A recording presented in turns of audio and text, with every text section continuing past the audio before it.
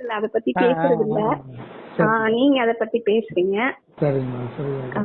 ரொம்ப நல்லா இருக்குங்க ஐயா. அது வந்து இப்போ அனுபவத்துல இருக்கவங்களுக்கு அது கொஞ்சம் யூஸ்ஃபுல்லா இருக்கும். இது ஆ, எல்லாமே நம்ம சரவண சுவாமிகளுடைய விளக்குறத தான் கொஞ்சம் ம். சிம்பிளிஃபை பண்ணி சொல்றோம், வேற ஒண்ணும் இல்ல. ஓ அப்படிங்க. சரி. ஆமா, நீங்க அவரோட புக்ஸ் தானே நீங்க அடிக்கடி சொல்லுவீங்க. ஆமாம்மா. ஆமாங்க ஐயா, அது பாத்திருக்கேன். சரிங்க. ரொம்ப நன்றிங்க ஐயா. ரொம்ப சரி. நல்லா அற்புதமா வீடியோஸ் எல்லாம் போடுறீங்க. அதான் ஒண்ணும் இல்ல. ம். சரிங்க. ஐயா, இப்போ இந்த உள்முக எனக்கு இந்த தவம் அத பத்திலாம் அந்த அளவுக்கு தெரியாது. எதுங்கம்மா? தவம் தியானம் பத்திலாம் தெரியாது.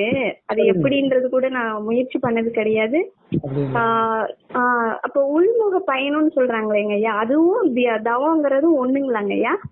எல்லாம் ஒண்ணுதாம்மா. தியானம், தவம் ஓ. ஆ, எல்லாமே ஒண்ணுதான். எல்லாமே சுருக்கமா சொல்லணும்னா ஆ.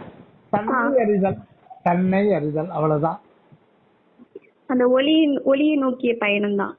ஒளின்னா தன்னை நோக்கி ஒளி அப்படின்னா நீங்க ஆ, என்ன நினைக்கிறீங்க? ஒளி அப்படின்னா என்ன நினைக்கிறீங்க, அது சொல்லுங்க. ஆ, எனக்கு கொஞ்சம் அனுபவம் கிடைச்சதுங்கய்யா. அந்த சொல்லுங்க. ஒளியை நான் பார்த்துட்டே இருப்பேன். அந்த ஒளி பாட்டுக்கு அது போயிட்டே இருக்கும். அப்படின்னா உங்களுக்குள்ளவா? ஆமாங்கய்யா. அப்படிங்களா? எப்படி எந்த இடத்துல பாக்குறீங்க ஒளிய? எதை அந்த வச்சு புருவ பாக்குறீங்க? மத்தியில. சரிங்க, சரிங்க. ஆ, எனக்குங்கய்யா, எனக்கு வந்து ஆன்மீகம் அதெல்லாம் எதுவுமே பத்தி ஒண்ணுமே தெரியாது. நான் எங்கேயும் யார்ட்டையும் போய் கேட்டுக்கிட்டதும் இல்ல. எனக்கு அதுல இன்ட்ரெஸ்டும் இல்ல அப்ப. வேண்டாம். ஒரு 2000 ஆன்மீகம்ன்ற பேரே வைக்க வேண்டாம். ஆ, தியானம்ன்ற இல்ல பேரே வைக்க வேண்டாம். அதுதான் அந்த இறைவன் பத்தினிய அந்த எதுவுமே எனக்கு அந்த அளவுக்கு பெருசா தெரியாது. ஆமா, ஆமா, ஆமா. எனக்கு யாரும் அந்த அளவுக்கு சொன்னதும் கிடையாது. நான் அதை பத்தி முயற்சியும் எடுத்தது கிடையாது. இறைவன் ஒருத்தர் இருக்காரா, அப்படி இருந்தா நம்ம எல்லாம் ஒரு பொருட்டா அவருக்கு அப்படின்ற மாதிரிலாம் நான் யோசிச்சிருக்கேன். சரிங்க, அப்புறம் சரிங்க. பாத்தீங்கன்னா, என்னோட அப்பாவோட மரணத்துக்கு அப்புறம் எனக்கு ஏகப்பட்ட மாற்றங்கள் ஐயா. அப்பாவோட மரணத்தை வந்து நான் நேர்ல பாத்துட்டு அப்பதான் என்ன வயசு ஆகுதுங்க? என்னங்க ஐயா? உங்களுடைய தந்தையாருக்கு என்ன வயசு ஆகுது? அவரு வந்து 60 வயசு அப்போ அவரு மரணிச்சிட்டாரு. அப்படின்னா கொஞ்சம் ஏதாவது வயதாகியா இல்ல வயசு ஆயிடுச்சுங்க. அதாவது ரொம்ப அதிக வயசு கிடையாது. ஹெல்த் ப்ராப்ளம் அவருக்கு. அப்படிங்களா? சரிங்க, சரிங்க. அது அதுக்கு முன்னாடி அம்மா போயிட்டாங்க. இருந்தாலும் அம்மா வந்து போகும்போது நான் பக்கத்துல இல்ல, அதனால எனக்கு பெருசா அது தெரியல. இருந்தாலும் அவங்களோட இழப்பு வந்து கொஞ்சம் கஷ்டமா இருக்கும். ஆனா அப்பா இருந்ததுனால தெரியல பெருசா எனக்கு. அப்புறம் அப்பா இறந்ததுக்கு அப்புறம் தான் நான் ரொம்ப ஒரு மன வியாதி மாதிரி வந்துருச்சு எனக்கு. எத்தனை வருஷம் முன்னாடி நடந்தது? 2022ங்க ஐயா. 2022. கிட்டத்தட்ட 2 வருஷத்துக்கு மேல ஆகுது. ஆமா. அப்போ வந்து அப்பதான் எனக்கு நிறைய குழப்பங்கள் வந்துருச்சு. என்ன இந்த உலகத்துல நடக்குது, மரணம்னா என்ன, இத வந்து எப்படி தடுக்கிறது, இது வந்து தப்பிக்கிறதுக்கு ஏதாவது வழி இருக்கா அப்படின்ற மாதிரி நிறைய கொஸ்டின். இதுக்கப்புறம் நமக்கு எப்படி இந்த வாழ்வுலாம் இருக்கு அப்படின்ற மாதிரிலாம் யோசிச்சு அப்ப யூடியூப்ல தான் போட்டு பாக்குறது, ஏதாவது இந்த கூகுள்ல போட்டு பார்த்தா வரும்ல அப்படின்ட்டு. அப்புறம் தான் சன்மார்க்கம் அப்படின்றத பத்தி எல்லாம் வீடியோஸ் வந்துச்சு. வந்து சமீபத்துல தான் வந்திருக்கீங்க. ஆமாங்க ஐயா. அதாவது 2022 ஜூன்ல வந்து அப்பா தவறிட்டாரு. ஒரு அந்த ஒரு 2-3 மாசத்துலயே நான் வந்துட்டேன். இப்பதான் வந்துட்டுதான் ஏகப்பட்ட மாற்றங்கள் ஐயா. எனக்கே வந்து நம்பவே முடியல. எப்படி இருந்தோம், ஒண்ணுமே தெரியாம இருந்தோம், போய் எல்லாமே வந்து ஏதோ ஒரு விஷயம் நமக்கு சொல்லி கொடுக்குறாங்களே அப்படின்ற மாதிரி. அந்த சூக்ஷ்ம உடம்பு, அதாவது நம்ம ஒரு நாணயத்துக்கு 2 பக்கம் இருக்கு இல்லைங்களா? ஆமாங்க ஐயா. அதே மாதிரி நமக்கு 2 விஷயம் இருக்கு. ஆக்சுவலா வந்து நம்ம வந்து இப்போ பாக்குற உலகம் வந்து நம்ம முகத்துல இருக்கிற கண்ணை வச்சுதான் நம்ம பாக்குறோம். இது தவிர நமக்கு வேற இதுக்கு பின்னாடி இயங்குகிறது நமக்கு எதுவுமே தெரியல. நாணயத்தை ஒரு சைடு மட்டும் தான் நம்ம பாக்குறோம். இன்னொரு சைடு நம்ம வந்து பாக்குறதே இல்ல. இப்படியே நமக்கு பல பிறவிகள், பல கோடிக்கணக்கான பிறவிகள் இப்படியே போயிடுச்சு. இன்னொன்னு பிறவிகள் இருக்குதா இல்லையான்னு கூட நான் நம்புறது இல்ல. அது அது 99% மக்கள் வந்து அந்த சிந்தனைக்கே போறதில்ல. இருக்கிற 1% கூட அதை நம்புறாங்க. பிறவின்னு ஒண்ணு இருக்கு அப்படின்னு நம்புறாங்களே தவிர அனுபவ ரீதியா பிறப்பு இறப்புன்றது நமக்கு யாருக்குமே தெரியல. எப்போ இது வந்து இன்னொருத்தர்கிட்ட கேட்டோ அல்லது புத்தகங்களை படிச்சோ இதை நம்ம தெரிஞ்சுக்க முடியாது. நம்மளே நமக்குள்ள போகணும். அந்த நமக்குள்ள போறதுக்கான ஒரு வாய்ப்பு இறைவனை ஏற்படுத்தி கொடுக்கிறார். அந்த சூழ்நிலையை ஒரு ஆன்மாவுக்கு பல பிறவிகள் கழிச்சுதான் அந்த சான்ஸ் கொடுக்கிறார். இப்போ பொறுத்தவரையில அந்த சான்ஸ் எப்ப வருதுன்னா, உங்களுடைய அப்பா தவறுதல், உங்க அம்மாவுடைய தவறுதல், அவங்களுடைய அகால மரணம், இது வந்து அவங்களுடைய வினை பிரகாரம் அவங்கள வந்து இறைவன் அழைச்சுக்கிட்டு போயிடார். உங்களுக்கு வேற ஒரு தேகம் கொடுக்கிறார். இது அவங்களுடைய இது பிரிவு உங்களுடைய மனதுல வந்து ஒரு பெரிய மாற்றத்தை ஏற்படுத்தி கொடுத்துதான் உங்களை தட்டி திசை திருப்பி உங்களை வந்து வேற ஒரு உள்பக்கமா உங்களுக்கு வரவழைச்சு ஒரு இறைவனே அந்த சூழ்நிலைய ஏற்படுத்தி கொடுக்கிறார். அந்த ஒரு நிகழ்ச்சி இல்ல. இப்ப அப்பா வந்து இயற்கையாகவே ஒரு 80 வயசுல தவறி இருக்காருன்னு வைங்க, உங்க வந்து இந்த ஒரு சிந்தனைக்கு வந்திருக்கவே முடியாது. அப்ப வந்து அப்பா வந்து இப்படி ஒரு தவறுகிறது ஒரு பக்கம் அவருடைய வினை பிரகாரம் அவருக்கு திருவருள் வேற ஒரு தேக சூழலை வகுத்து கொடுத்தது. ஆனா அதே நேரத்துல உங்களை வந்து உள்பக்கமா சிந்திக்க வைக்கிறது. இந்த மரணம்ன்றது என்ன, மரணம் ஏன் அப்படின்னு ஒரு சிந்திக்க வைக்கிறது. அத கூட நீங்க ஒரு வீடியோஸ்ல சொல்லிருக்கீங்க, நீங்க இன்பத்தையே கொடுத்துட்டு இருந்தா நீங்க எப்படி இறைவனை தேடுவீங்க அப்படின்ற மாதிரி நீங்க ஒரு வீடியோஸ்ல சொல்லிருந்தீங்க, நான் பார்த்தேன். ஆமா, அதனால ஒருத்தர் வந்து உள்பக்கமா திரும்புறாரு சிந்திக்க வைக்கிறதுக்கு காரணம் திருவருளே ஒரு சூழ்நிலையை வகுத்து கொடுக்குது. அதே மாதிரி ஒவ்வொருத்தருக்கும் ஒவ்வொரு ஆன்மாவுக்கும் அவங்களுடைய வினை பிரகாரம் வந்து ஒரு சோதனையோ நோய் நொடியோ தீர்க்க முடியாத ஒரு வியாதியா வரும். அவங்க எந்த ஹாஸ்பிட்டல்ல எவ்வளவு கட்டுக்கட்டா பணம் செலவு பண்ணாலும் வியாதி தீர்ந்தபடி இருக்காது. அப்புறம் ஜோசிகாரன் சொல்லுவான், நீங்க வந்து வைத்தீஸ்வரன் கோயிலுக்கு போங்க சரியா போயிடும். அங்க போனாலும் சரியாகுது. அப்புறம் என்ன பண்ணுவாங்க, நிறைய பேரு நம்ம வந்து தற்கொலை பண்ணிக்கலாம், தாங்க முடியாதுன்னு. என்ன அதெல்லாம் சிலர் தான் வந்து நாம வாழ்ந்தே தீரணும், ஆனா வழி இல்லை, அதுக்கு என்னன்னு அவங்க ஆட்டோமேட்டிக்கா உள்பக்கமா திரும்பும் போது அந்த வியாதியும் கொஞ்சம் கொஞ்சமா குறைஞ்சிடும். அப்பதான் இந்த மெய்ப்பொருளை உணர்வாங்க. இந்த மாதிரிதான் திருவருள் வந்து நமக்கு வந்து உள்பக்கமா தட்டி தூக்குறதுக்கு இந்த சூழ்நிலை வந்து மிகப்பெரிய ஒரு இதுதான். சூழ்நிலையை வந்து நமக்கு, அதாவது புற உலக வாழ்க்கையில் படுற நம்ம அனுபவங்கள் தான் நம்ம வந்து உள்பக்கமா திருப்புது. அந்த ஒரு இதுதான். இப்போ வந்து அந்த ஒரு உள்ள ஒரு ஒளி தெரியுதுன்னு சொல்றீங்களா? இது வந்து இறைவன் வந்து அந்த ஒரு உங்களுக்கு ஒரு உற்சாகத்தை நான் இருக்கிறேன்ற ஒரு இது வந்து இறைவன் காட்டி கொடுக்கிறார். அந்த ஒரு இது. ஆனா வந்து இது வந்து ஒரு ஃபர்ஸ்ட் ஸ்டெப்ஸ். ஆனா இது வந்து இந்த ஒரு காட்சி வந்து நமக்கு ஒரு முதல் கட்ட ஒரு இதே தவிர இது அனுபவம் கிடையாது. இதுதான் நம்ம ஒன்னும் ஒரு முடிவுக்கு வந்துட முடியாது. அது எப்படிங்க இருக்கும்? அனுபவம்ன்றது உங்களுக்குள்ளதான் அது வரும், மற்றவங்களுக்கு சொல்ல முடியாது. இப்போ நம்ம உடல்ல இன்னொரு உடல் இருக்கே, அது வந்து பிரியணும் அப்படின்னு சொல்றாங்களே, அந்த மாதிரியாங்கய்யா? இல்ல, இப்போ நம்ம வந்து உண்மைய தெரிஞ்சுக்கணும் அப்படின்னு நம்ம விரும்புறோம் இல்லைங்களா? அதாவது இந்த உலகம், முதல்ல நாம கேட்க வேண்டிய கேள்வி, இந்த பிரபஞ்சம் ஏன் தோன்றுச்சுன்னு ஒரு கேள்வி நம்ம முன்ன வைக்கணும். இந்த உலகம் வந்து ஏன் தோன்றுச்சு, என்ன காரணத்துக்காக தோன்றுச்சு, அடுத்தது இந்த பெரிய பிரபஞ்சத்துல நான் வந்து அவ்வளவு பெரிய முக்கியமா, நான் எப்படி வந்தேன், ஏன் வந்தேன், எனக்கு தெரிஞ்ச வரையில நான் வந்து இப்போ நீங்க வர்றதுக்கு முன்னாடி எந்த ஒரு ப்ரீ பிளானிங்கும் பண்ணல, நான் வரப்போறோன்னு நமக்கு தெரியாது. அப்ப என்னுடைய வருகைன்றது அது இயற்கை தானாக வந்தது இல்லைங்களா? ஆமாங்க ஐயா. நம்ம வந்து தானா வந்தோம், நம் வசத்துல நாம வரல. இன்னும் சொல்ல போனா நாம் வரவழைக்கப்பட்டுள்ளோம். ஆமா. கரெக்டுங்களா? இது ஒரு நியாயமான அக்செப்ட் பண்ண வேண்டிய ஒரு ஒரு ட்ரூத் தானே. கரெக்டுங்களா? கரெக்டுங்க. இந்த உடல் நமக்கு தெரியாது, இந்த உடல்ல என்னென்ன உறுப்புகள் இருக்குது நமக்கு எதுவுமே தெரியாது. இந்த உடம்புக்குள்ள இதயம், நுரையீரல், கிட்னி, சிறுகுடல், பெருங்குடல், இன்னும் ஏகப்பட்ட உறுப்புகளும் ஏகப்பட்ட இயக்கங்களும் சதா நடந்துட்டு இருக்கு. ஆனா நமக்கு ஒண்ணும் தெரியாது. கிட்டத்தட்ட நம்ம ஒரு பிளிண்ட் தான். எந்த ஒரு இதுக்குள்ள வந்து ஒரு வெளிச்சமே கிடையாது. அப்படியே இமேஜ் பண்ணி பாருங்க, அப்படியே இமேஜ் ஸ்கேன் பண்ணி பாருங்க. மனதையே ஒரு ஸ்கேன் மெஷினா வச்சுக்கிட்டு அப்படியே இந்த உடல் கூறு அப்படியே இமேஜ் பண்ணி பார்க்கும்போது உள்ள ஒரே இருட்டு தான்.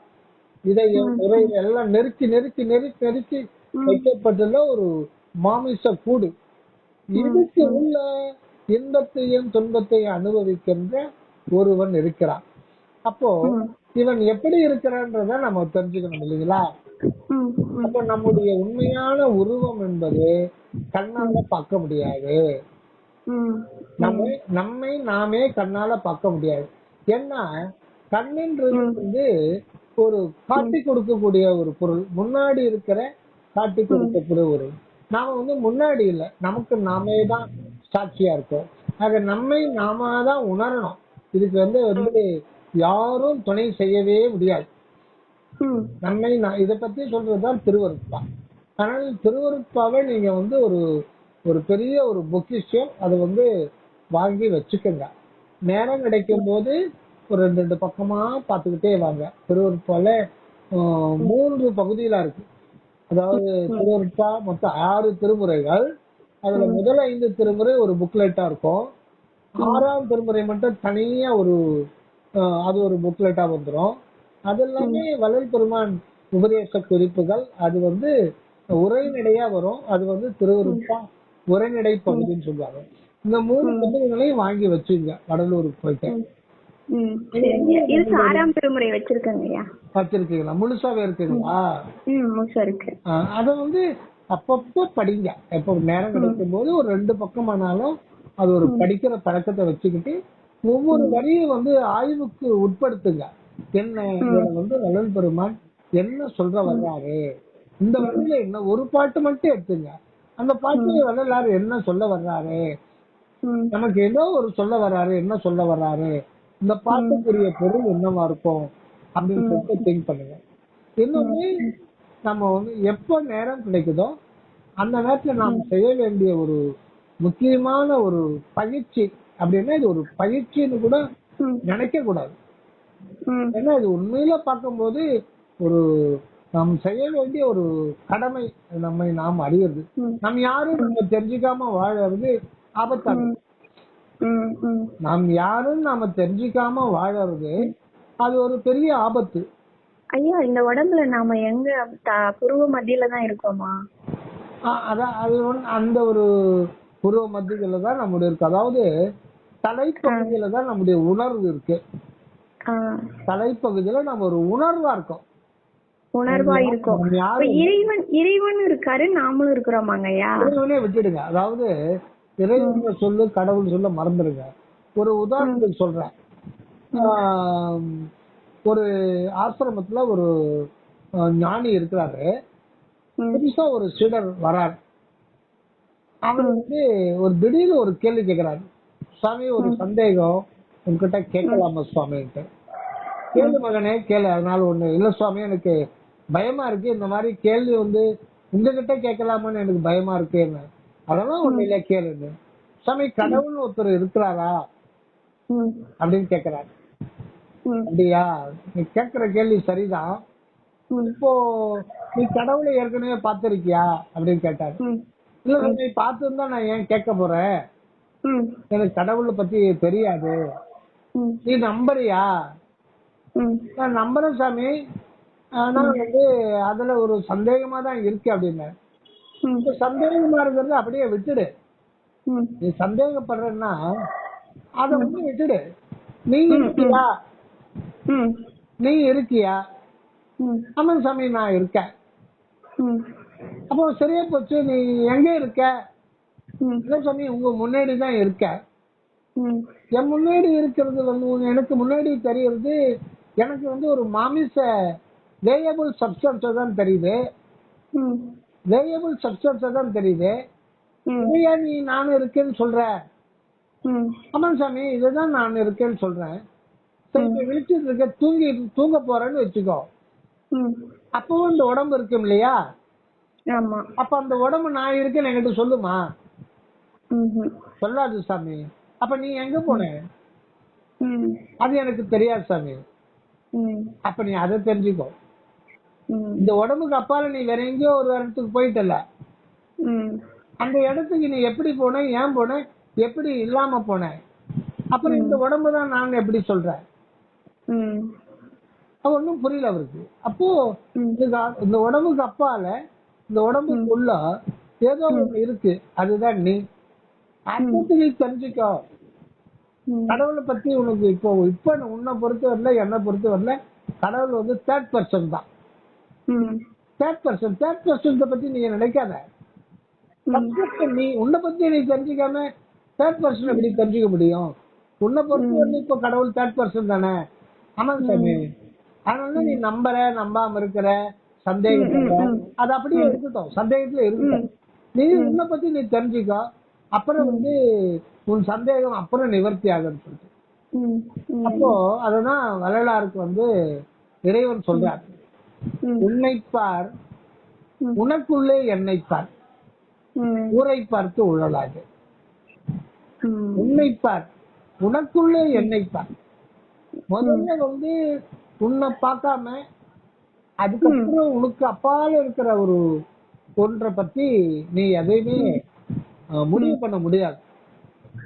நீ யாருன்னு நம்ம தெரிஞ்சுக்கணும். அதுக்கப்புறம் தான் கடவுளை பத்தி அவர் இருக்கிறாரா இல்லையா, எப்படி இருக்கிறாருன்னு தெரிஞ்சுக்க முடியுமே தவிர தன்னையே அறியாம அப்புறம் வந்து கடவுளை பத்தி சொல்றது அது ஒரு ஆர்கியூமெண்ட்ல தான் போகுமே தவிர அது அனுபவத்துக்கு வராது. ஆக உன்னை பத்தி நீ தெரிஞ்சுக்கிறது மிகப்பெரிய ஒரு முக்கியமானது. அதுதான் வந்து தன்னை அறிந்து இன்பமுற வெண்ணிலாவே ஒரு தந்திரம் நீ சொல்ல வேண்டும் வெண்ணிலாவே. தன்னை அறிய தனக்கு ஒரு கேடில்லை, தன்னை அறியாமல் தானே கெடுகின்றான், தன்னை அறியும் அறிவை அறிந்தபின் தன்னை அரிச்சுக்கத்தான் இருந்தானே. இது திருமூலருடைய திருமந்திரத்துல ஒரு முக்கியமான ஒரு செயல்.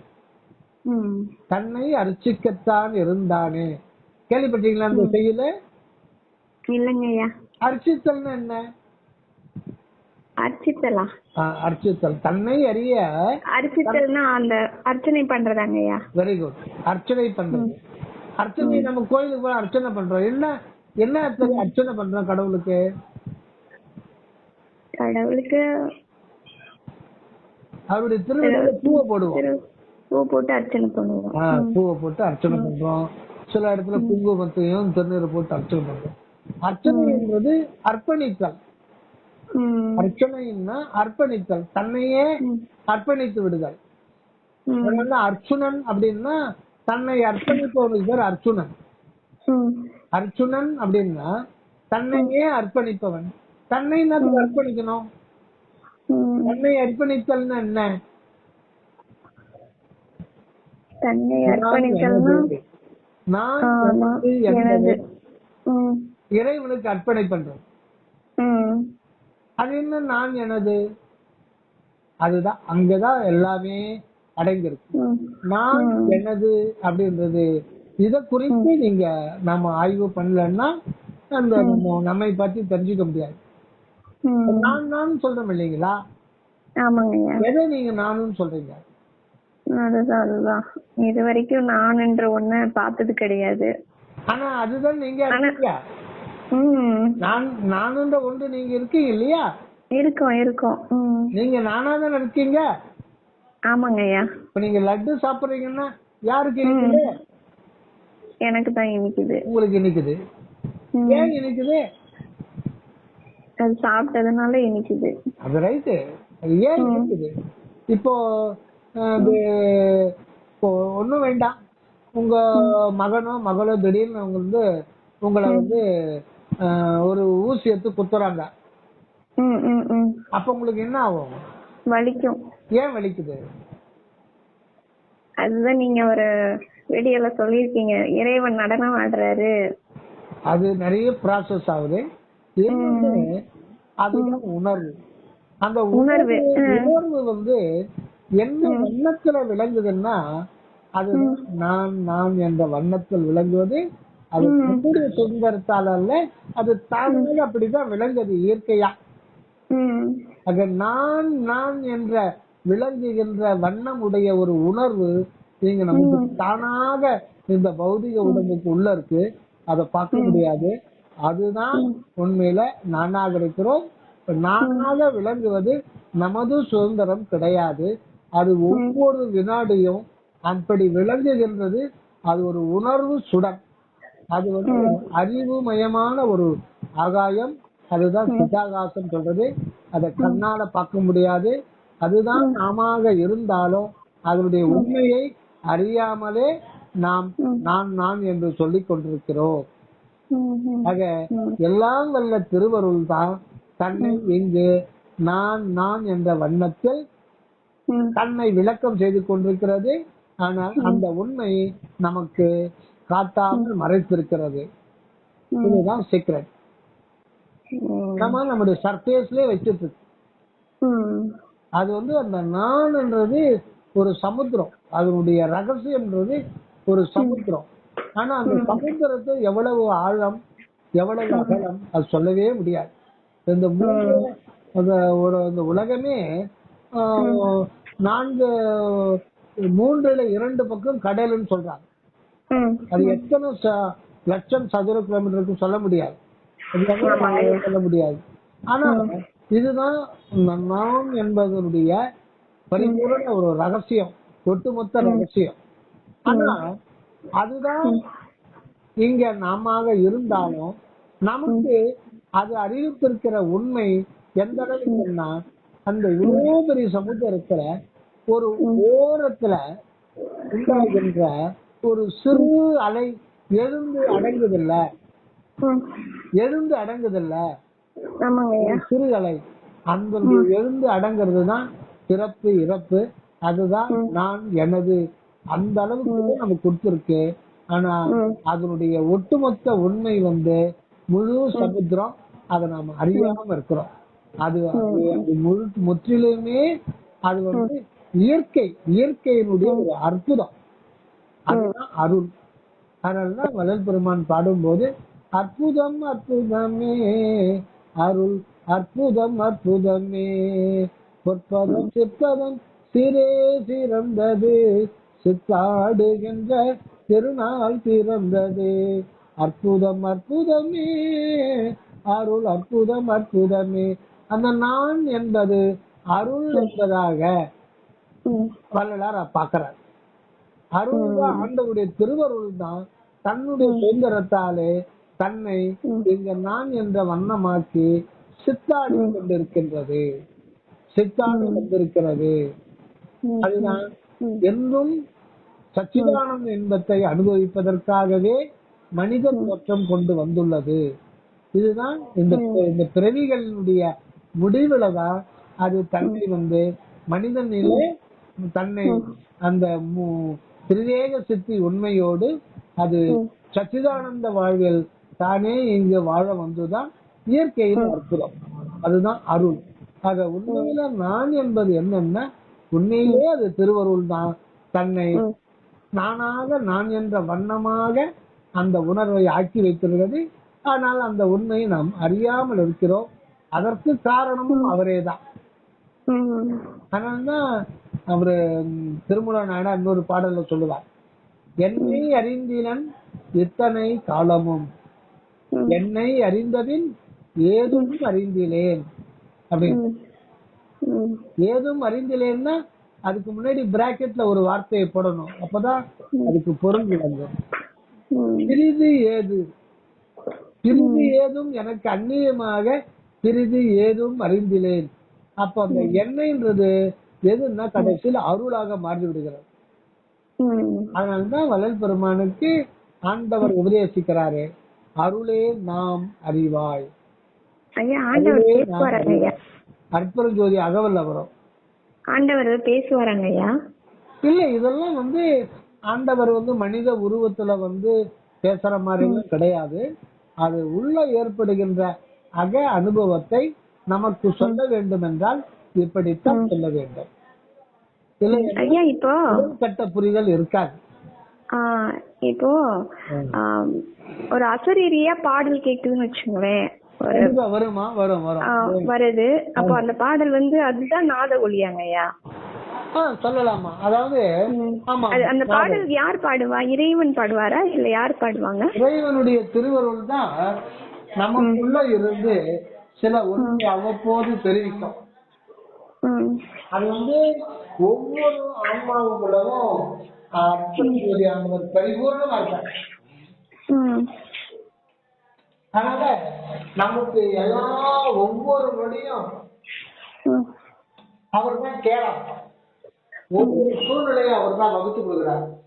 அதனால ஒவ்வொரு வினாடியும் நம்ம எப்ப உண்மையை உணர்வோம் அப்படின்றதுக்காக ஆண்டவர் எதிர்பார்த்து கொண்டிருக்கிறார் அப்படின்னு சுவாமி சர்வானந்த அவர்கள். அதான் எனக்கு பாடல்கள் தாங்க ஐயா கேக்குது. சில பேர் சொல்லுவாங்க மேல சத்தம் கேக்குது, கொலுசு சத்தம் கேக்குது அப்படின்லாம் சொல்லுவாங்க. அது எனக்கு கேக்கல. எனக்கு எப்படி கேக்குதுன்னா, எனக்கு திருவருட்பா பாடல் தான் கேக்குது. Super super. எல்லா உயிர்களும் இன்புற்று வாழ்க, அப்படி அந்த ஒளி தான் அதிகமா கேக்குது. அருமை அருமை அருமை. ரொம்ப அற்புதமா இருக்கு. நீங்க சொல்றதே ரொம்ப கேட்கறதுக்கே மகிழ்ச்சியா இருக்கு. மகிழ்ச்சியா இருக்கு. அந்த எப்பொழுதுமே அந்த பாடல் தான் கேட்டுட்டு இருக்கோம். அருமை அருமை அருமை. அப்புறம் ஐயா ஒரு நாள் ஒரு 2 மணி இருக்கும். 2 மணி அப்போ எனக்கு ஒரு பாடல் கேட்டுச்சு. நான் அப்பதான் ஃபர்ஸ்ட் டைம் எனக்கு பாடல் கேட்கும் போது அந்த 2 மணி அப்ப நான் பாட்டுக்கு ஒரு ஐகிரி நந்தினி அப்படின்ற ஒரு பாட்டு கேட்டுட்டு இருந்தேன். எனக்கு நான் கண்ணம் ஐகிரி நந்தினி நந்தித மேதினி அப்படின்னு ஒரு பாடல். இந்த ஐகிரி நந்தினின்னு ஒரு பாட்டு இருக்கு இல்லைங்க, அந்த பாட்டு நான் கேட்டது கூட கிடையாது அதுக்கு முன்னாடி.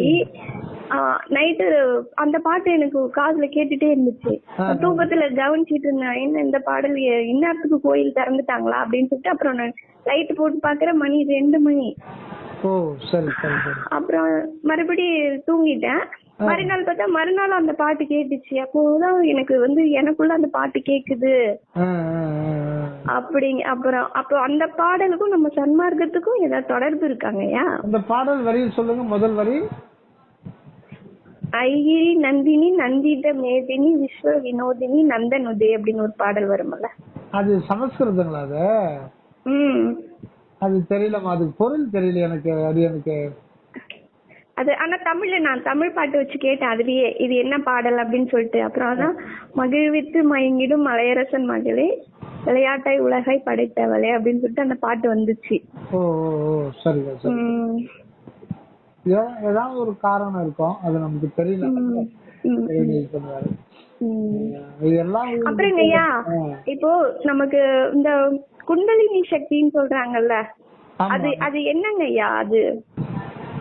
அது கேள்விப்பட்டிருக்கீங்களா?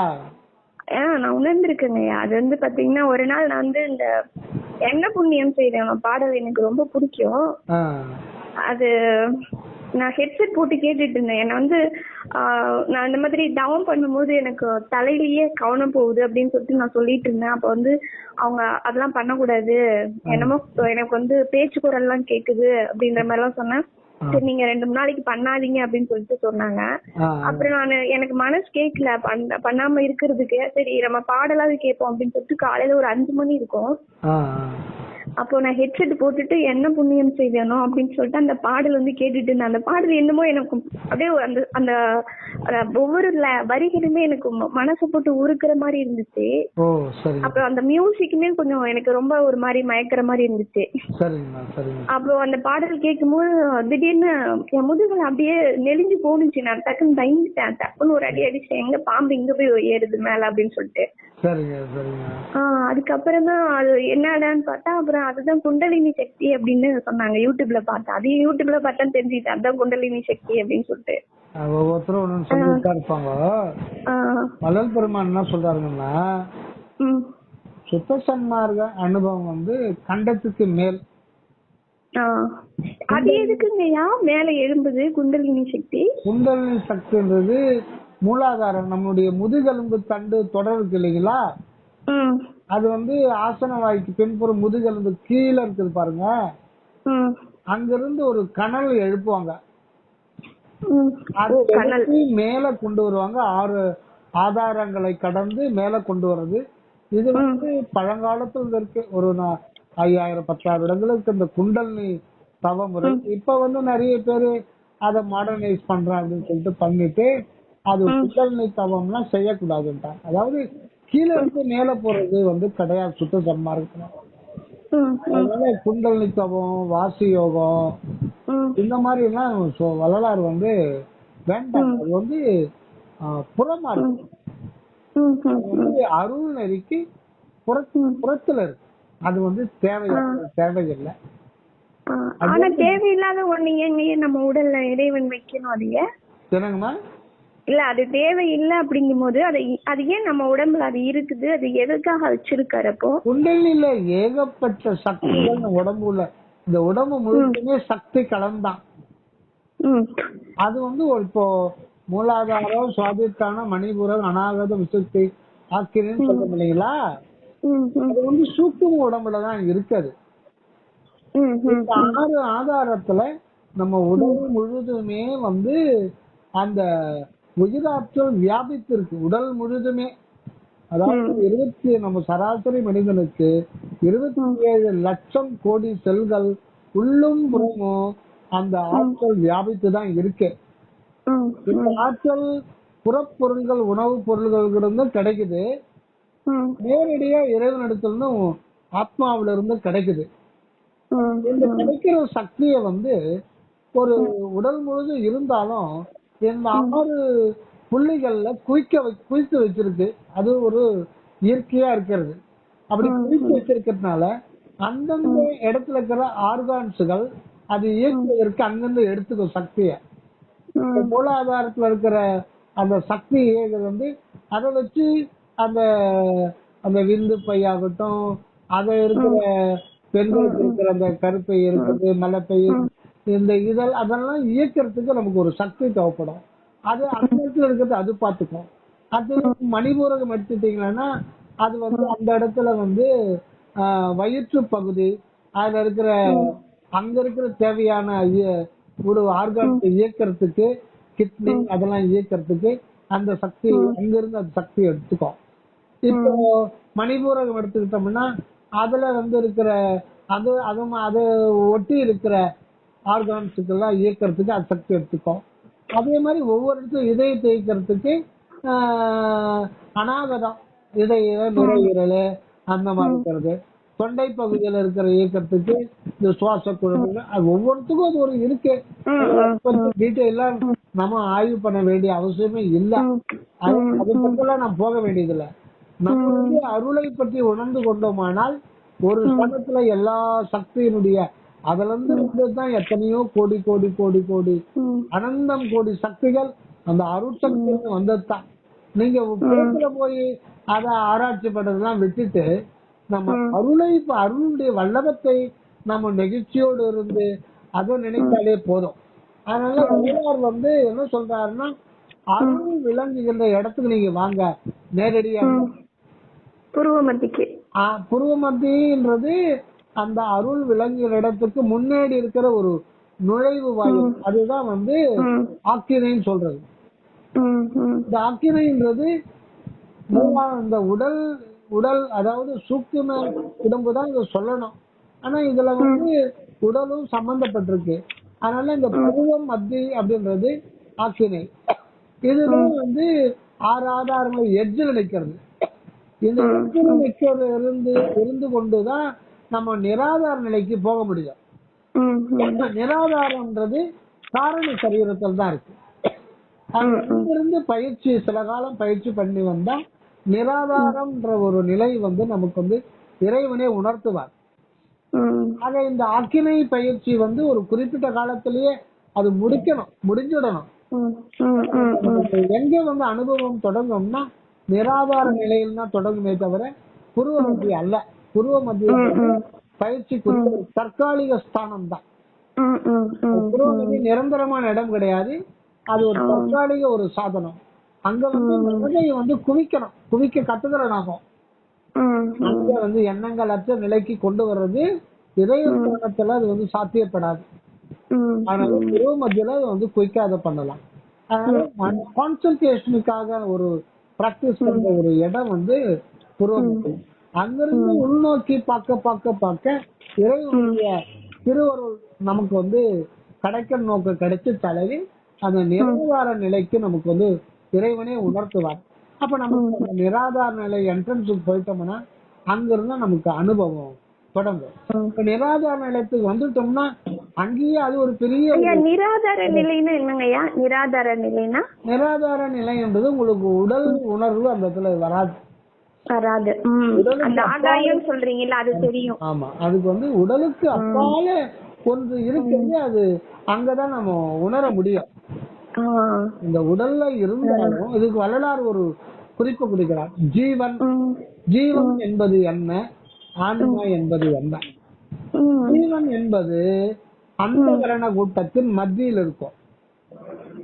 அந்த கரணம் அப்படின்னா மனம், சித்தம், புத்தி, அகங்காரம்.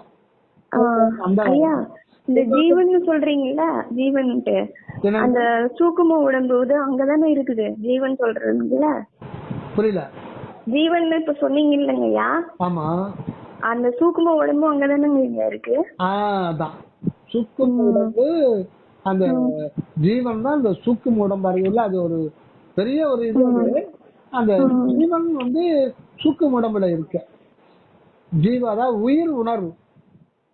உயிர் உணர்வுன்றதுதான் ஜீவன்.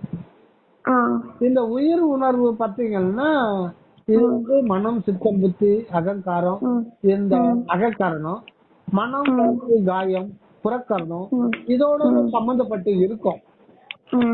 இந்த ஒரு உயிர் உணர்வுக்கு இது உயிர் உணர்வையே ஒரு நாணயம் மாதிரி எடுத்துக்கிட்டோம்னா இந்த பக்கம் இருக்கு, நாணயத்துக்கு அந்த பக்கம் இருக்கிறது அறிவு உணர்வு. இது உயிர் உணர்வு, அறிவு உணர்வு. அறிவு உணர்வு தான் ஆன்மான்னு சொல்றது. அது பாத்தீங்கன்னா அது வந்து தனியாவே இருக்கும். இந்த உடம்புல இருந்தாலும் அது தனியா இருக்கும். எப்படி அந்தரத்துல ஆகாயத்துல சூரியன் தனியா அந்தரத்துல மறுக்குது இல்லைங்களா, அது மாதிரி இந்த உடம்புல இருந்தாலும் அந்த ஆத்மா வந்து தனித்து தான் பிரகாசிக்கும். ஆனா இந்த உடம்புலதான் பிரகாசிக்கும். உடம்புல இருந்தாலும் தனியா இருக்கு. அதுதான் வள்ளல் பெருமான் சொல்லும் பொழுது இந்த ஜீவன் வந்து அந்த கரண கூட்டத்தின் மத்தியில் இருக்கும், அந்த தனித்தே இருக்கு. அந்த தனித்தே இருக்கு, அது நிராதார நிலையம். அதுக்கு வந்து ஆதாரம் கிடையாது. ஐயா சொல்லுங்கம்மா. அந்த நீங்க சொல்றதெல்லாம் நமக்கு அனுபவம் ஏற்படணும்னா அந்த அது சொல்லுவாங்கல்ல திருவடி தீட்சைன்னு சொல்லிட்டு. ஆமாமா, ஆமா, ஆமா. அது கிடைச்சாதானே அது கிடைக்கும். திருவடின்றது என்ன? திருவருள் தான் திருவடியா இருக்கு. ஆனா இங்க வந்து பாத்தீங்கன்னா சுத்த சன்மார்க்கத்துல தீட்சை வந்து வாங்கிக்கிறாங்க, திருவடி தீட்சைன்னு சொல்லிட்டு அது வேற மாதிரி சொல்றாங்க. தீட்சை கொடுக்க கூடாது, தீட்சை வாங்க கூடாது. தீட்சை கொடுக்கறதும் தவறு, தீட்சை வாங்கறதும் தவறு. இன்னொரு உடம்பு விரல் கூட நம்ம மேல படக்கூடாது. ஐயா இப்ப பாத்தீங்கன்னா அனுபவங்கள் எல்லாம் வெளியில சொல்லக்கூடாதுன்னு சொல்றாங்கல்ல, அதெல்லாம் உண்மையாங்கய்யா? அனுபவத்தை வந்து வெளியில சொன்னாலும் அவங்களுக்கு வந்து புரியாது. இப்ப நீங்க லட்டு சாப்பிடுறீங்க, நல்லா இருக்கு, இனிப்பா இருக்கு அப்படின்னு நீங்க சொல்றீங்க. எதிரில் இருக்கிறவங்க ஆமா ஆமான்னு சொல்ல முடியுமா? கொஞ்சம் கொடுக்க பாக்கலாம்னு தான் சொல்லணும். நீங்க அனுபவத்தை சொன்னாலும் அவங்களுக்கு பிரயோஜனப்படாது. இல்ல பிரயோஜனப்படாது. என்னோட அனுபவத்தை பத்தி தெரிஞ்சுக்கிறதுக்கு நான் கேட்டேன், என்ன அனுபவம் அப்படின்னு சொல்லிட்டு. பொதுவா நீங்க அனுபவத்தை கேட்கவும் வேண்டாம். நான் இப்ப கேட்டாலும் தப்பாதான் எனக்கு சொன்னாங்க. அவங்க வந்து சொன்னது எதுவுமே எனக்கு வந்து உடன்பாடு இல்ல. இந்த அனுபவம் அதாவது உங்களுக்கு இது சொன்னா இது வந்து அவங்க தவறா நினைச்சுக்க மாட்டாங்க. அந்த மாதிரி நீங்க யார் நம்பிக்கையோடு இருக்கீங்களோ அவங்களுக்கு கிட்ட சொல்லுங்க. அப்படி சொல்லாங்களா? எல்லாருக்கும் அதை சொல்லும் பொழுது ஒண்ணு ஆச்சரியப்படுவாங்க, ஒண்ணு வியப்பா இருக்கும். வியப்பு இன்னைக்கு வியப்பா இருக்கிறவங்க நாளைக்கு அதையே உங்களுக்கு பெருசா ஒன்னும் இதாயிட்டு அப்படி அனாவசியமா நினைப்பாங்க. இன்னைக்கு வந்து ஆஹா ஓஹோன்னுபாங்க. அதே ஒரு 6 மாதம் கழிச்சு அதெல்லாம் ஒண்ணு இல்லைன்றுவாங்க. நீங்க வந்து அனுபவத்தை யாருக்கிட்ட சொல்ல வேண்டாம். இல்ல நீங்க சொன்னீங்கல்ல அந்த நிராதர நிலைன்னு சொல்லிட்டு, இப்போ நமக்கு வெளியில இருக்கிற மாதிரியே நமக்குள்ளயும் இருக்குதுங்க. அத நான் பாக்குறேன். அந்த ஃபர்ஸ்ட் ஸ்டார்டிங்ல பாத்தீங்கன்னா நான் நிறைய கோள்கள் எல்லாம் பார்த்து அப்படியே பயந்தேன். என் உடல் பயணம் தான் ஃபர்ஸ்ட் இருந்துச்சு. அந்த சூக்கும உடம்பு அது என்னன்னு கூட எனக்கு தெரியாது. என் உடம்புல இருந்து ஒரு ஆவி மாதிரி போகும். ஆனா வந்து பயந்தேன் அந்த ஃபர்ஸ்ட். இது எங்க போகுது, நான் முத எனக்குள்ள அந்த அனுபவம் ஏற்படும் போது எனக்குள்ள இது இருக்குதா, இது இருந்தது இவ்வளவு நாள் எனக்கு தெரியலையே, இது எங்க போகுது, ஒருவேளை இது போயிடுச்சு அப்படின்னா எங்க போய் மாட்டிக்கிச்சுன்னா நம்ம செத்து போயிரும் அப்படின்னு நான் ரொம்ப பயந்தேன். பயந்துட்டு தான் அத வந்து கேட்டேன் நான். இந்த மாதிரி என் உடம்பு, எனக்குள்ள ஒரு உடம்பு இருக்கு, நான் 2 பேர் இருக்கிற மாதிரி இருக்கு, நடந்தா எனக்கு இன்னொரு உடம்பு தெரியுது. நைட் ஆனாவே எனக்கு பயமா இருக்கும், அந்த உடம்பு தனியா பிரிய பாக்கும். அப்பதான் நான் கேட்டேன், இந்த மாதிரி எனக்கு இருக்குது, இது என்னவா இருக்கும் அப்படின்னு கேட்கும் போது அப்புறம் சொன்னாங்க, உங்க உடம்புல எதை புகுந்துச்சு அப்படின்ற மாதிரி எல்லாம் சொன்னாங்க எனக்கு. நான் அப்ப கொஞ்சம் ஒரு மாதிரி இதாதான் இருந்துச்சு, எனக்கு குழப்பமா இருந்துச்சு. ஆனா அவங்க சொல்றதுனால ஏத்துக்க முடியாமயே இருந்துச்சு. இந்த அனுபவங்கள் வந்து இந்த மாதிரி அனுபவங்கள் வந்து மெய் அனுபவம் வர்றதுக்கு முன்னாடி இந்த மாதிரி அனுபவங்கள்லாம் வரும். ஆன்மாவுக்கு இந்த மாதிரி ஒரு அனுபவங்கள்லாம் வரும், இறைவன் கொடுப்பாரு. பட் வந்து இது எல்லாம் வந்து காட்சி அனுபவங்கள் தான். காட்சி அனுபவங்கள் அது வந்து இதெல்லாம் வந்து ஒரு ப்ராசஸ் தான். அப்ப உண்மையான அனுபவங்கள்னா நமக்கு எப்படிங்க கிடைக்கும்? நம்மளே உணரணுமா? நீங்களா இருக்கீங்க, உங்களுக்கு வந்து வேறுன்ற ஒரு இது கிடையாது. நீங்களா இருக்கீங்க. அது வந்து இயற்கை என்ற ஒன்று, அது எப்போ உள்ள ஒரு அற்புதம் அது இருக்குது. இந்த உலகத்துல இருக்கிற ஒரு அற்புதம் அப்படின்றது என்னன்னா இருக்கிறேன்ற ஒரு அற்புதம். அதுதான் உலகத்துல மிகப்பெரிய. இப்ப 7 அதிசயங்கள் சொல்றாங்க இல்லைங்களா, அந்த அதிசயங்கள்லாம் எங்கேயோ போய் நிற்கும். நீங்க தான் அதிசயம், நீங்க தான் அற்புதம். அந்த நீங்க கிடையாது, அது இயற்கையில் தானா விளங்குகின்றது. அதுதான் கடவுள். ஆக நான் என்பது நான் அல்ல என்று உணர்வதுதான் ஞானம். நான் என்பது நான் அல்ல, இயற்கையில் உள்ள தானாக உள்ள ஒன்று. அதுதான் வள்ளல் பெருமான் சொல்வது, நானானான் தானானான் நானும் ஒரு நானும் தானும் ஆனான் தானே நானானான். ஆக இயற்கை என்ற ஒன்று இப்படி நானாக விளங்குவது அதனுடைய இயற்கை. அதுதான் அருள், அதுதான் அற்புதம். அந்த அற்புதத்துக்கு அது எப்பொழுதும் ஆனந்த அனுபவத்தோட இருக்குது. அதுக்கு அந்த அதுதான் வாழ்வுன்றது. அது அகண்ட விலை முற்றும் நிறைந்த ஒன்று. அங்க அந்த மெய்ப்பொருளுக்கு, அன்பு தத்துவத்துக்கு அந்த இடத்துல வாழ்வு கிடையாது. ஆனா வாழ்வுன்றது உங்கள் மூலமாக தான் அது வருது. ஆனா அதுக்காக அந்த நீன்றது நீங்க கிடையாது, அதுவேதான் உங்களுடைய வண்ணத்துல வருது. ஆக நான் என்பது உண்மையில ஒண்ணு நானும் கிடையவே கிடையாது. ஏன்னா அந்த அருளுக்கு வேறாக அதனுடைய சாம்ராஜ்யத்துல அது மட்டும்தான் இருக்கு, மட்டும்தான் இருக்குது அற்புதம். ஆக இறைவன் என்ற ஒன்று, கடவுள் என்ற ஒன்று, மெய்ப்பொருள் என்ற ஒன்று எல்லாமே அன்பு என்கின்ற ஒரு பெருவெளி, அது மட்டும்தான் இருக்கு. அது அகண்ட வெளி மட்டும் நம் கண்ணால் பார்க்கின்ற ஆகாயம் நிறைந்துள்ளது. அதுதான் இயற்கை உண்மைன்றார் வள்ளலார். அந்த இயற்கை உண்மை என்றது என்னன்னா அன்பு. அன்பு என்கின்ற ஒரு சத்து பொருள் இருக்கு, அதுதான் அற்புதம் அற்புதம் அற்புதம். ஆனா அந்த இடத்துல அவருக்கு வந்து அத ப்ராசஸ்ல கொண்டு வரதுக்கு, வாழ்வுல கொண்டு வரதுக்கு அந்த இடத்துல இடம் கிடையாது. அவர் தன்னை அப்படியே சுருக்கி அணுவாக்கி உணர்வு நிலைக்கு கொண்டு வராரு. அந்த உணர்வு தான் நீங்க. ஆனா இந்த இடத்துல வரும் பொழுது அவர் வந்து தன்னுடைய அனுபவத்தை, அந்த அன்பு தத்துவத்தை அனுபவத்துல கொண்டு வரும்போது அருள் அனுபவமா கொண்டு வர்றாரு. ஆனா அந்த அனுபவம் பூஜ்யத்துல இருந்து ஆரம்பிக்கிறது. அப்படிதான் அது ஒரு இயற்கை அமைப்பு இருக்கு.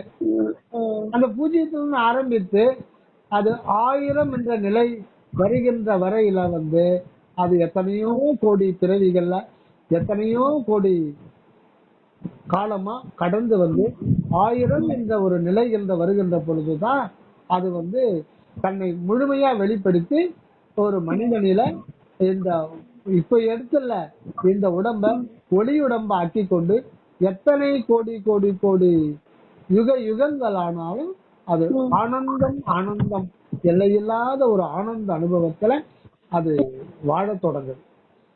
அந்த ஒரு நிலைதான். அதனாலதான் நீங்க தமிழ்ல வந்து பாத்தீங்கன்னா 1, 2, 3, 4 என்றும் இல்லைங்களா?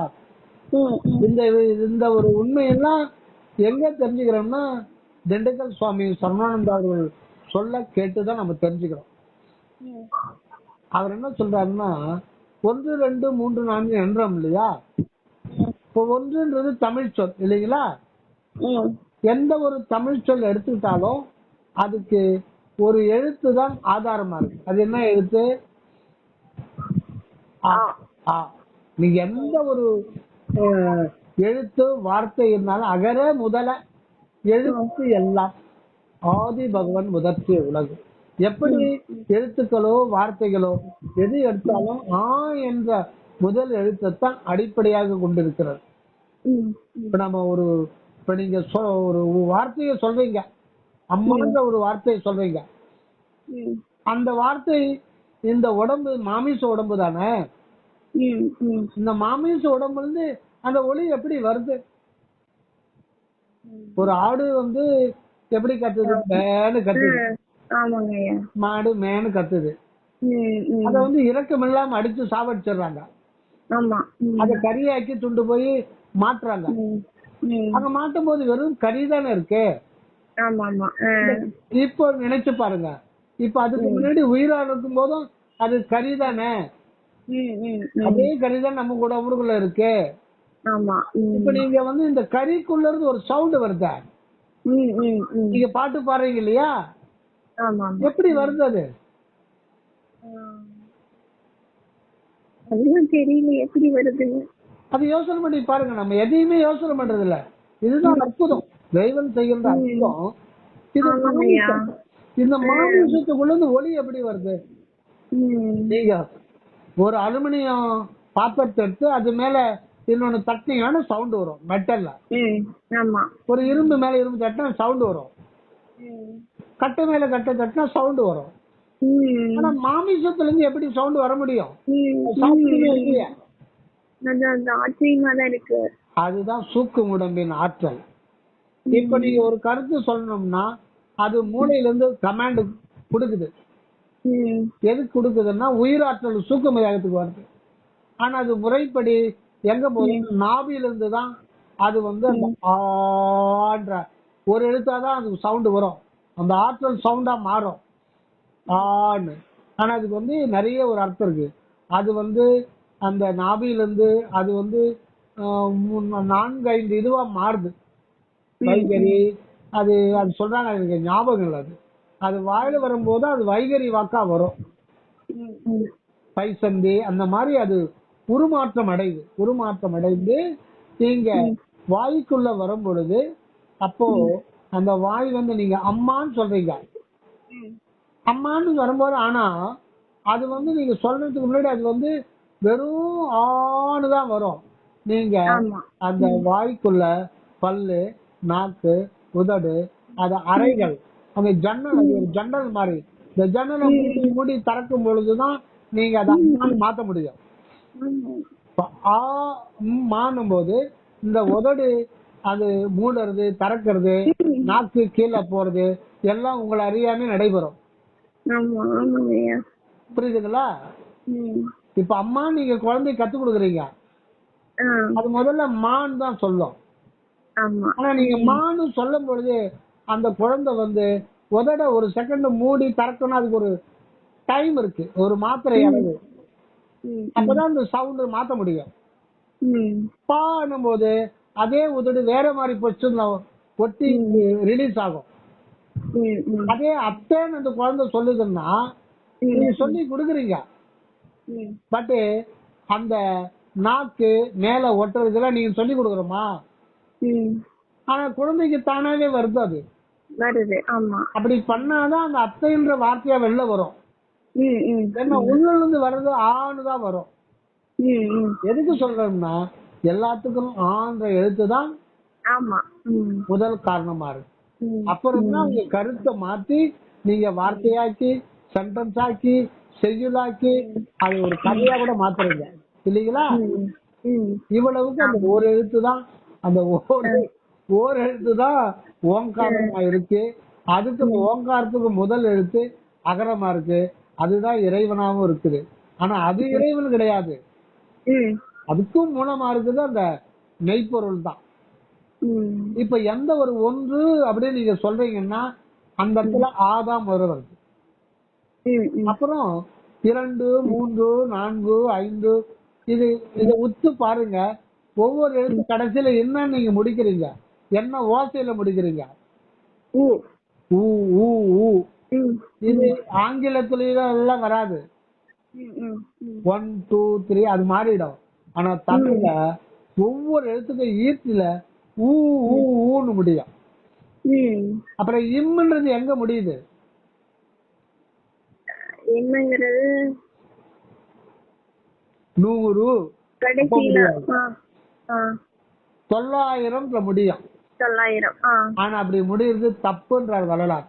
தப்புங்கிறாரு. ஆமா, 900 900 தான் முடியணும். அப்ப தொல்காப்பியத்துல பிழை இருக்குன்ட்டார். எங்க முடியணும்? 1000 தான் முடியணும். 1000 முடியணும். என்ன முடியுது? இன்னும் வருது. எழுத்துக்களுக்கு முதல்ல இருக்கிற வார்த்தைக்கு முதலா இருக்கிறது ஆ. ஆமா, அத நீங்க ஓசை கடைசியில வரும்போது ஊன்னு வருது. முடியும் போது வாய மூடும் போது இம்முதான் முடியுது. ஆ ஊ இம் வந்துச்சா? ஆ ஊ இம்ன்றதுதான் ஓங்காரம். அந்த ஓங்காரம்ன்றது என்னன்னா ஆ அப்படின்னு சொல்லிட்ட அப்படின்ற ஒரு இத எத்தனையோ ஆயிரம்னா ஆயிரம் பல கோடி பிறவிகள் உருவத்தை எடுத்திருக்கோம். நான் முதல்ல இருக்கிற ஆ நமக்கு புல்லுரு எடுத்திருக்கோம். அப்புறம் புல்லு செடி கொடி மரம் அப்படியே வளர்ந்து சந்து செப்பி ஈ கொசு வண்டு ஆடு மாடு கோழி கக்கு புறா சிங்கம் யானை இப்படி எல்லாம் எடுத்து வந்திருக்கோம். இது இந்த ஆன்றது உருமாறிட்டே வருது. ஆனா இதுக்கு இடையில இருக்கிற உயிர் உணர்வு எல்லாமே ஒரே மாதிரி தான். இதெல்லாம் உயிர் உணர்வு எல்லா உடம்புகளிலேயும் அந்த நான் என்ற உயிர் உணர்வு ஒரே மாதிரிதான் இருக்கும். அதனாலதான் ஆட்டு கடிச்சாலும் வலிக்கும், எனக்கு அடிச்சாலும் வலிக்கும். அந்த நான் என்ற வண்ணத்தில் இந்த உயிர் நிலங்கிட்டே இருக்கும். இதெல்லாம் இந்த இப்படி உயிர் உடல் எடுத்து எடுத்து எடுத்து இதெல்லாம் அனுபவம் கிடைத்த பிறகு இம் என்ற அதுதான் உள்ளொளி அப்பதான் உதயமாகும். இம் என்றது மகர ஜோதி. 1000 என்ற பிறகு என்ன 1000 பிறகு இல்ல, அந்த மகர ஜோதிங்கிறது அதுதான் நாமளா? அந்த மகர ஜோதி தான் இம் என்பதுதான் மெய்யொளி. மகர ஜோதி அதுதான் உள்ளொளி. கடைசியில உள்ளொளி தன்னை வெளிப்படுத்துது. இந்த உள்ளொளி வெளிப்படுத்த பிறகு அந்த அகர உகரம் ஆகிய சுக்கு உடம்பும் இப்பொழுது ஏற்பட்டுள்ள இந்த அகரமாகிய இந்த உடம்பும் இது தன்னை நிச்சயமாக்கி கொள்ளுது. நிச்சயமாக்கி கொள்ள வேண்டும். அது மனித பிறவியில் தான் சாத்தியமாகுது. இதுக்காக தான் இந்த பிரபஞ்ச இயக்கம் நடைபெற்று கொண்டே வருகிறது. இப்போ இனிமேல் எப்படி இருக்கும்னா மனிதர்கள் எல்லாம் மரணமில்லா பருவதற்கான முயற்சியை செய்து கொண்டிருப்பார்கள். அது இந்த நூற்றாண்டுல இருந்து தொடங்கும்.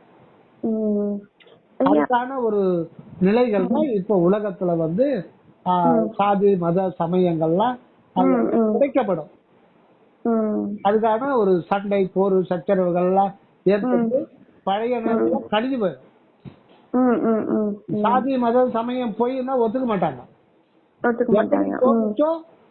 அது அது தானா அழிஞ்சு போயிடும். அவங்களா சண்டை போட்டு அழிஞ்சு போயிடுவாங்க. அவங்களா தெரிஞ்சுப்பாங்க இது பொய்.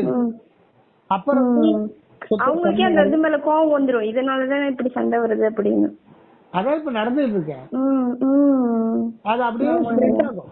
இந்த உலகம் ஸ்ப்ரெட் ஆகி அது அந்த புலால் சாப்பிடுற அந்த பழக்கம் விடுற வரையில அது அப்படியே ஸ்ப்ரெட் ஆயிடும். ஸ்ப்ரெட் ஆகி மக்கள் இந்த உலக வாழ்வு அனித்தியம்ன்ற உள்ளபடி உணர்ற வரையில அது இந்த அழுத்தமான திரை நீங்கிற வரையில உலகத்துல இந்த ஒரு இது இதாயிடும்.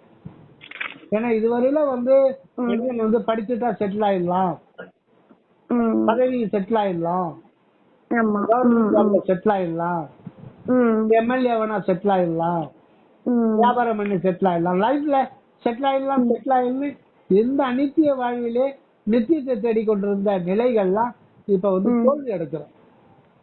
அது கை கொடுக்காது. அதனால இன்றைக்கு எப்படிதான் நாம வாழ போறோம் அப்படின்ற சூழ்நிலையை திருவருள் உருவாக்கணும். ஆக அந்த ஒரு சூழ்நிலையை உருவாக்கித்தான் மனிதன் எல்லோரையும் அகம் திரும்ப வைக்கின்ற ஒரு நிலை இனிமேலுக்கு ஏற்பட்டுடும். அதுக்கான ஒரு ப்ராசஸ் தான் இன்னைக்கு இந்த உலகம் ஒரு போரு, சாதி சண்டை, சமய சண்டை, இன சண்டை, மொழி சண்டை, வஞ்சகம், சூது, கொள்ளை, கொலை அனைத்தும் தாண்டவம் அடைகிறதுக்கு காரணம் உலகத்துல ஒரு பேரழிவு ஏற்பட்டுத்தான் அமைதியை நிலைநாட்ட முடியும்.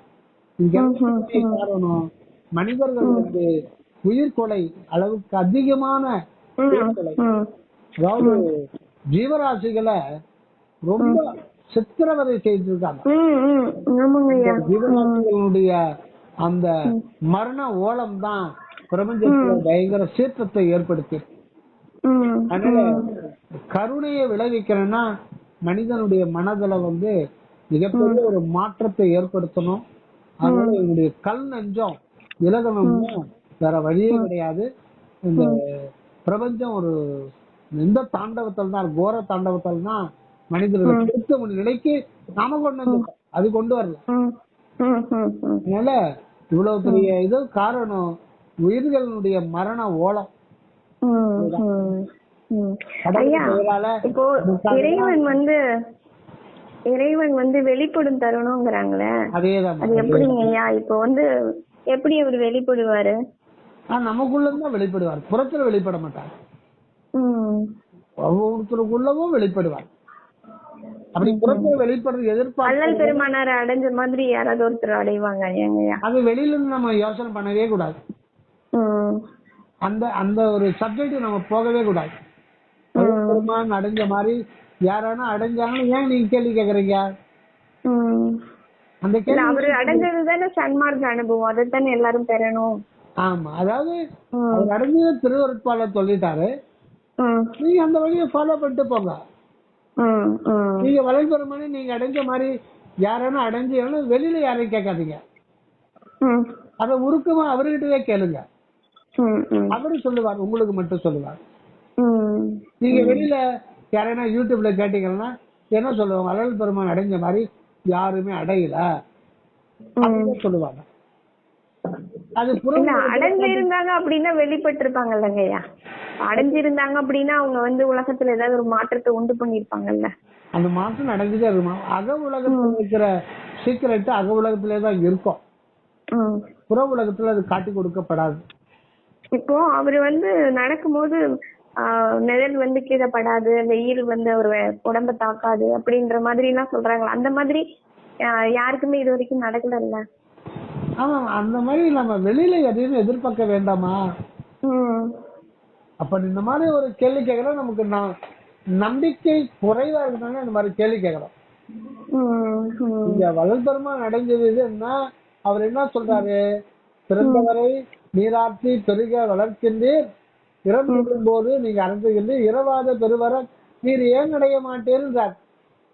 அது மனமில்லா பெருவாழ்வு இன்னைக்கு மனிதனாக பிறந்து ஒவ்வொருத்தருக்குமே அது உரிமையானது. உங்களுக்கு வேணும்னா வாங்க பெற்றுக்கொள்ளுங்கள். அத பத்தி நம்ம வந்து வெளியில மரணமில்லா பெருவாழ்வு என்பது முதல்ல மரணமில்லா பெருவாழ்வுனா நீங்க என்ன நினைக்கிறீங்க? செத்து போக மாட்டோம். இல்ல மரணமில்லா பெருவாழ்வுனா நீங்க என்ன உடலையே ஒளியா மாத்திக்கிறது தானுங்கய்யா. கரெக்ட். உடலை விடக்கூடாது. மரணமில்லா பெருவாழ்வு இந்த செகண்ட் வந்து நாம வந்து மரணம் நமக்கு இல்லை அப்படின்றத நாம உணரணும். அதாவது பிறப்பு இறப்பு நமக்கு கிடையாது, நாம் என்றும் உள்ளவர்கள் தான் அப்படின்னு நீங்க அனுபவ ரீதியில நான் தெரிஞ்சுக்கணும். அதுதாங்க ஐயா. அதுதான் வந்து இப்போ மரணம் இல்லா பெருவாழ்வு அப்படின்னா, இப்போ நம்ம வந்து இந்த பூமியிலேயே இருக்கும் போது நம்ம நிச்சயம் மரணிச்சுடுவோம். அப்போ பல வெளிகளை கடந்து நம்ம வந்து பயணிக்கணும். அந்த அந்த அண்டத்தில் உள்ள அனைத்தும் இந்த பிண்டத்துல இருக்குன்னு சொன்னாங்கல்ல, நமக்குள்ளேயும் அந்த வெளிகள்லாம் இருக்குது. அந்த அருட்பெரு வெளிக்கு போயிட்டோம்னா தான் நமக்கு மரணம் இல்லா பெருவாழ்வு. அங்க போனதுக்கு அப்புறமும் நம்ம இறைவனை வந்து நம்ம வந்து பாக்குறது. இறைவன் அது இறைவனா அது நம்மளா அப்படின்றது தெரியாது நமக்கு. அதுதானங்க ஐயா? ஆமாமா, அதுதான்.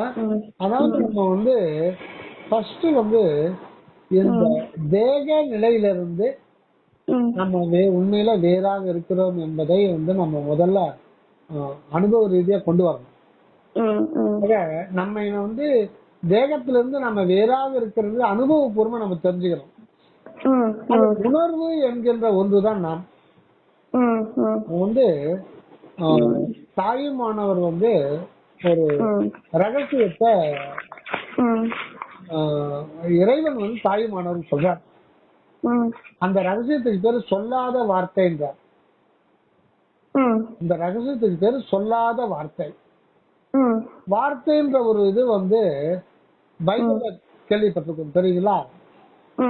அதாவது ஆதியில் வார்த்தை இருந்தது, இந்த வார்த்தை கடவுளோடு இருந்தது, அது கடவுளா இருந்தது, அது வந்து பின்பு மாமிசம் ஆயிடுச்சு அப்படின்லாம் வரும்.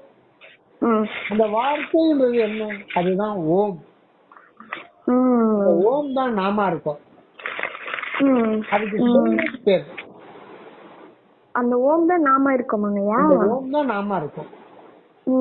சரவண சாமி சொல்லுவாரு, ஏமாதே ஓமே. இந்த ஓம்னா என்னவோ ஓம்ன்ற ஒரு ஒளி நினைச்சு கூடாது. ஓம்ன்றது என்னன்னா 3 எழுத்துக்களின் கூட்டு தொகுப்பு தான் ஓம். ஆ உ இம். இந்த 3 சேர்த்தா வந்ததுதான் ஓம்.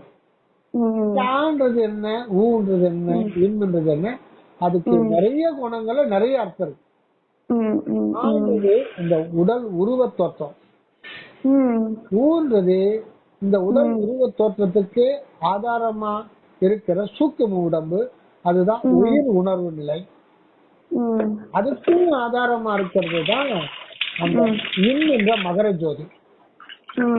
ஆழ்ந்தது உருவ நிலை, ஆண்டவருடைய ஒரு கூறு.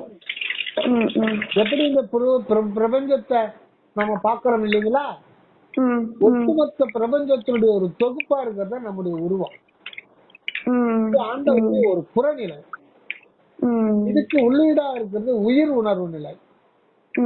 இந்த புறநிலை உருவத்தில் இருக்கு. இந்த உருவம் எதை பற்றி கொண்டு விளங்குதுன்னா உயிர் உணர்வை பற்றி கொண்டு விளங்குறது. இது கண்ணால பார்க்க முடியாது, இது அருவுருவ நிலை. நெற்றிக்கண்ணால மட்டும்தான் பார்க்க முடியும். இது வந்து கனவுல வேணா நம்ம வந்து இது பண்ணலாம். இது மற்றவர்களுக்கு சில நேரத்துல கண்ணுக்கு தெரியலாம். ஆனா வந்து நமக்கு வந்து உணர்வு ரீதியாக அனுபவப்படும். உடம்பு நாமே நம்ம கண்ணால பார்க்க முடியாது, உயிரை பார்க்க முடியாதுங்கய்யா. நாம அந்த உடம்பாதான் இருக்கிறோம். நாம அந்த சூக்கும உடம்பாதான் இருக்கிறோம். உயிர் உணர்வு வடிவம் தான் இப்பவும் அந்த வடிவத்துல தான் நம்ம அப்படி இருக்கிறோம். அங்க இருந்தா பேசுறோம், எல்லாமே நமக்கு அங்கிருந்தா கிடைக்குது. அது ஒரு உணர்வு. இந்த உணர்வு உயிர் ஆற்றல் எல்லாமே அதுல இருக்கு.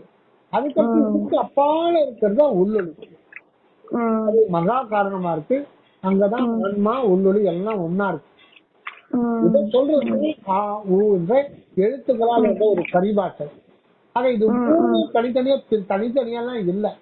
இது மூணு ஒன்றனுடைய கூட்டு தனித்தனி பிரிவுதான். இது தனித்தனி மூணு சேர்ந்து ஒன்னதான் இருக்கு. அதான் பெருமானார் கூட ஒரு இடத்துல சொல்லியிருக்காரு, எட்டோடு இரண்டையும் சேர்த்து எண்ணவும் அறியீர் அப்படின்னு சொல்லிட்டு ஒரு பாடல் இருக்குல்லங்க. அதுக்கு என்னங்க இது இந்த ஓங்காரத்து இது ஒரு வேறு ஒரு கோணத்துல இது ஒரு ஆய்வு செய்யறது. அதை இன்னொரு முறை அதை நம்ம பார்க்கலாம். இது வந்துதான் இதுதான் சொல் அப்படின்னு சொல்றது. சொல்லுன்னா ஓம். அத ஒரு மனிதன் இந்த மூன்று நிலைகள் சேர்ந்துதான் ஒரு மனிதனா இருக்கான். இதுதான் ஓங்காரம். இதுதான் கடவுளுடைய விளக்க நிலை, விளக்க வருகின்ற நிலைதான் இந்த நிலை. இதுதான் சொல்லாத வார்த்தைன்னு பேரு. இதை பேசக்கூடிய அனுபவத்துல வர்றது, அதனால சொல்லாத வார்த்தை. அப்பதான் சொல்றாரு, சொல்லாத வார்த்தை சொன்னாண்டு அவன் சொன்னதை என்னென்று சொல்வேன், பாராதி பூதம் நீ அல்லை.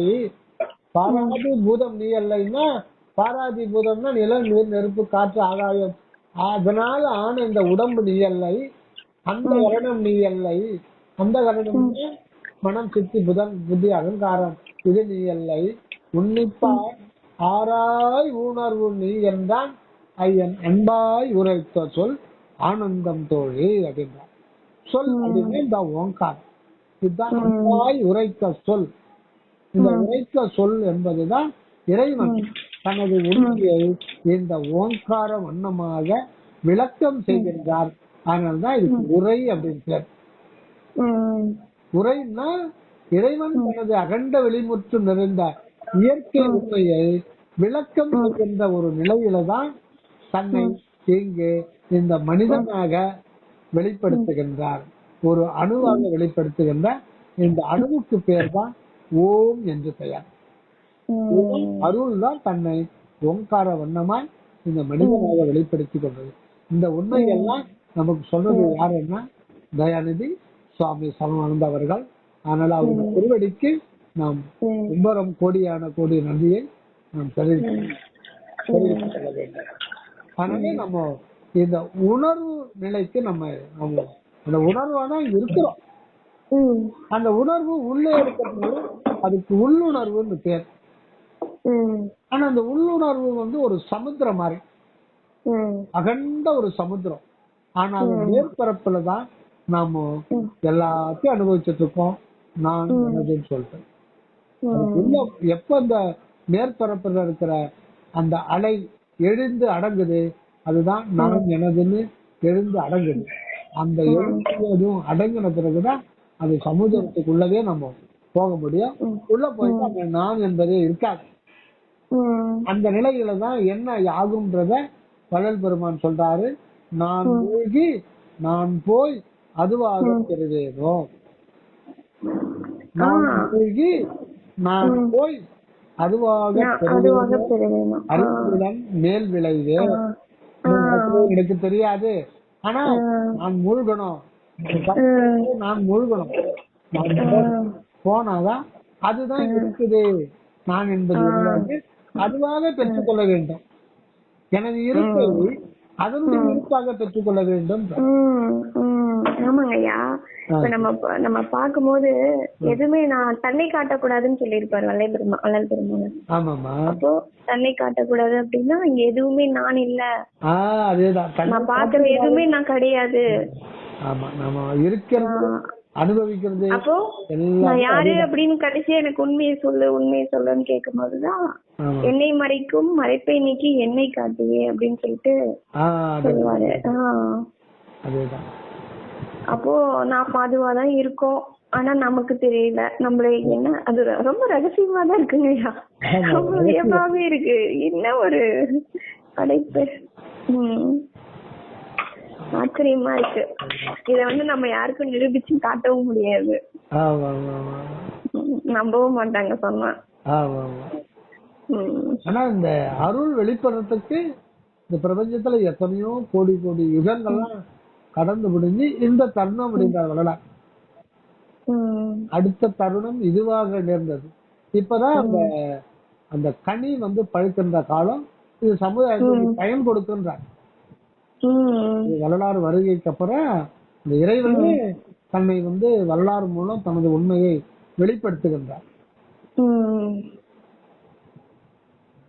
பரவாயில்ல, அவரு சொல்லிட்டு போயிட்டாரு. இன்னும் அந்த நிலைய ஒருத்தரும் அடையவே இல்லை. சொல்லிட்டு எங்கேயும் போல, அதான் அவரு இறைவனாவே இறைவனாதான் இருக்காரு. ஆமா, ஒவ்வொருத்தருக்குள்ளவும் இப்பவும் இந்த நேரத்துல இருந்துகிட்டு நம்முடைய சிற்றறிவை விளக்கி கொண்டே இருக்கிறார். இப்பவும் இந்த நேரத்திலயும் நமது கூடவே இருந்து நம்முடைய சிற்றறிவை விளக்கி இருக்காரு. ஆனா நமக்கு தெரியாது. அவருக்கு நமக்கு தெரியும். ஒரு படத்துல மாட்டிக்குவான், ஒரு டிராபிக் போலீஸ் கிட்ட மாட்டிப்பான். அவனை போட்டு நிறைய புடைப்பாங்க.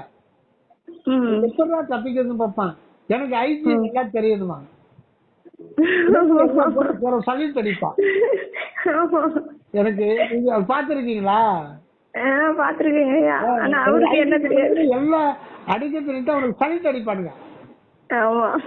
உடனே அத்தோட இவன் நிறுத்திட்டு இருக்கலாம்ல, வாய்ஸ் பண்ணுங்க. ஆனா அவருக்கு என்ன யாருடைய தெரியாது, போட்டு நைய பிடிப்பாங்க. அந்த மாதிரி நாமெல்லாம் எனக்கு வரலாறு தெரியும் எல்லாம் தெரிஞ்சுட்டு இருக்கோம். ஆனா அவருக்கு எனக்கு இவனை யாருன்னே தெரியாது இருக்காங்க. போலியா அவர்கிட்ட போல. ஆமாங்க, அவரு அவரு சொல்றதை கேட்டாவே போதுங்க, அவர் தேடி வந்துருவாரு. இறைவனும் அவரும் ஒண்ணுதானே. Super super super. யாரெல்லாம் ஒழுக்கத்துல நிக்கிறாங்க, அவர் சொன்ன வார்த்தைகளை நம்புறாங்க, சன்மார்க்கத்துல அந்த உறுதியா இருக்காங்க அப்படின்ட்டு அவர் பாத்துட்டு அங்க வந்துருவாரு. அவரு வந்ததுக்கு அப்புறம் இறைவனும் வந்துடுவாரு.